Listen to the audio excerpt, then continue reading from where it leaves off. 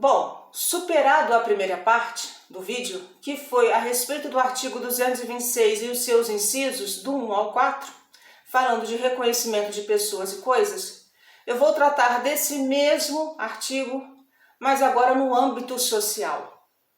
E aqui eu não estou defendendo, levantando bandeira nenhuma. Eu estou apenas colocando isso no âmbito social para mostrar a importância que é a gente ter um cuidado, um devido processo legal, um processo cuidadoso, atencioso, para evitar problemas até para uma futura geração. Aí as pessoas falam, nossa, que exagero, futura geração. Eu não acho tão exagero assim não. Então vamos contar uma historinha, que essa historinha a gente pode colocar, embasar ela por essas questões de geração. Vamos supor que tem um homem e uma mulher, eles resolvem se casar. E ele resolve, vamos montar a nossa casinha, vamos alugar a nossa casinha, comprando os móveis, e começa a então, após o casamento, se mudam para sua casa nova. Com os móveis que alguns parentes ajudaram, outros compraram a prestação, vamos embora, montou a casinha. Os anos se passam e eles resolvem aumentar a família. Vamos ter os nossos filhos. 2 filhos chegam em idades diferentes. Então ele começa a trabalhar, já estava trabalhando, agora ele passa a ter a carteira assinada. E aí agora ele cumpre um horário de trabalho. Vamos colocar num emprego numa oficina mecânica? Vamos lá. Então ele começa a trabalhar na oficina mecânica. Ele começa a trabalhar por volta de 7h30 da manhã. E larga a oficina mecânica lá para as 5 horas, 5 e pouca da tarde. Satisfeito da vida, porque ele recebe regularmente, carteira está assinada, ele bate ponto, como a gente costuma dizer, né? E está tudo funcionando normalmente. Mas tem um dia, que era a véspera desses feriados prolongados, e a oficina mecânica acaba recebendo uma quantidade, um volume de carro maior para vistoria geral, para manutenção, porque esses carros vão pegar a estrada para curtir o feriadão. E aí ele liga para a esposa e fala, amor, vou ficar aqui, vou fazer hora extra e vou chegar em casa por volta de 9 horas. A esposa, já sabendo, falou, não tem problema. E o marido está trabalhando, fazendo hora extra. Está recebendo por isso, porque o dono da oficina mecânica é um bom empregador. Às 9 horas ele bate o ponto e vai embora para casa feliz da vida, porque no final do mês vai ter um dinheirinho a mais. E ele já estava pensando no que ele ia fazer com esse dinheirinho, porque ele já tinha combinado com a esposa de comprar um micro-ondas mais moderno, bonito. Enfim. Só que nesse mesmo horário que ele estava cumprindo a sua hora extra, do outro lado da cidade ocorre um crime. E aí acaba ocorrendo um latrocínio, roubo seguido de morte. Vamos só do exemplo. E ele voltando para casa à noite, sem saber o que estava acontecendo, a polícia vai passando pela rua com uma viatura e prende. A testemunha que estava passando pelo local aponta, foi esse rapaz que cometeu esse delito. Ele não sabe nem do que está acontecendo. Ela não descreveu, ou seja, ela não seguiu o inciso 1. Ela não descreveu a parte. Quem ela viu, o suposto autor. Ela não descreveu. Ele não foi colocado ao lado de outras pessoas com características semelhantes para que ela tivesse a certeza. Não cumpriu o inciso 1, não cumpriu o inciso 2. Ok?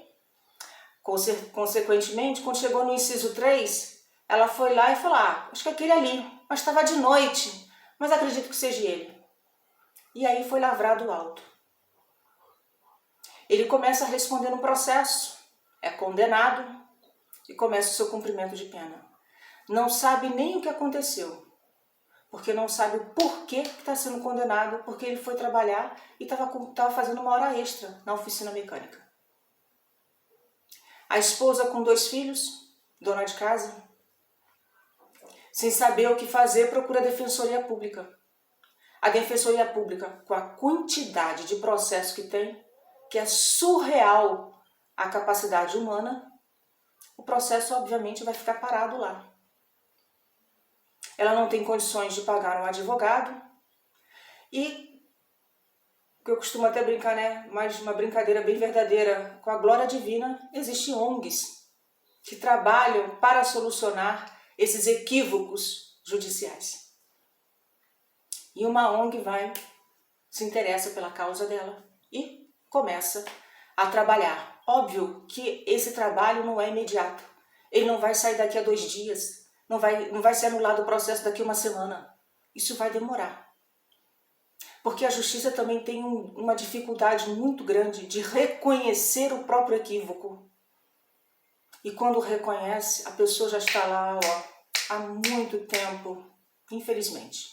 Bom, só que ela agora é obrigada a trabalhar fora, porque ela tem que trazer o pão para dentro de casa. Os filhos que tinham uma alimentação regrada passam a ter uma alimentação restrita. As crianças que iam para a escola, agora todo mundo da escola sabe qual está acontecendo, porque notícia ruim corre mais rápido que rastilho de pólvora. As crianças não querem mais ir estudar. A mãe é obrigada a colocar o irmão mais velho para cuidar do irmão mais novo, porque ela tem que trabalhar. Aquele momento que a família tinha de comunhão não existe mais. Aquele momento que a família tinha de oração pelo agradecimento do dia, do pão de cada dia, não existe mais, porque a mãe está muito cansada quando chega em casa. E os filhos já não estão suportando mais a ausência do pai. Mas nesse meio tempo, ela fala, então, agora eu vou assumir essa situação, vou correr atrás para salvar o meu marido. Mas os filhos já não estudam mais. Porque na escola todo mundo já sabe que ele é filho do ladrãozinho. É o filho daquele ladrão. É o filho daquele homicida. Começa a vir os adjetivos. Bom, e aí ele perde aquele ano de escola. Todas as 2 crianças. A mãe não tem como força, porque ela precisa trabalhar. Não pode brigar, porque não tem nem mais força para brigar. Vai brigar com quem? Para quê? Ela quer gritar para o Estado que o marido é inocente e o Estado não ouve. Ela quer provar e ela coloca isso, que ele estava trabalhando, fazendo hora extra.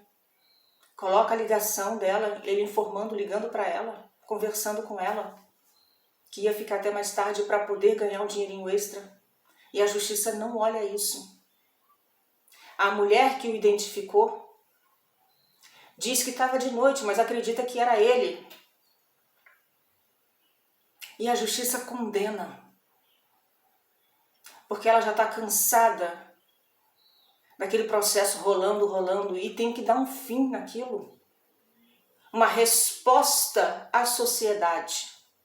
Resposta essa que chega de forma totalmente equivocada.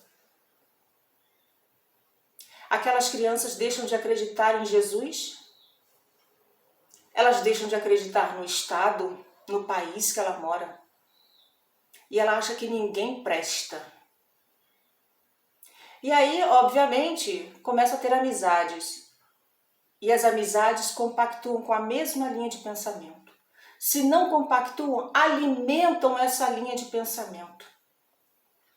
E enredam essas crianças para um ritmo de vida totalmente diferente daquilo que o pai e a mãe estavam construindo, mas que foi interrompido por um equívoco do Estado. Afeta ou não afeta uma geração? Eu sei que nós temos uma quantidade muito grande de processos, que muitas pessoas não têm condições de pagar um advogado particular e que a Defensoria Pública ela está até aqui de processo. Mas isso não é desculpa para que a gente tenha uma clientela preferencial no sistema carcerário. Isso não é desculpa da gente condenar sem um cuidado processual. A gente tem que aprender a trabalhar, a mudar a mentalidade, a refletir, para poder impactar na vida de outras pessoas, na vida daquelas pessoas que realmente importam.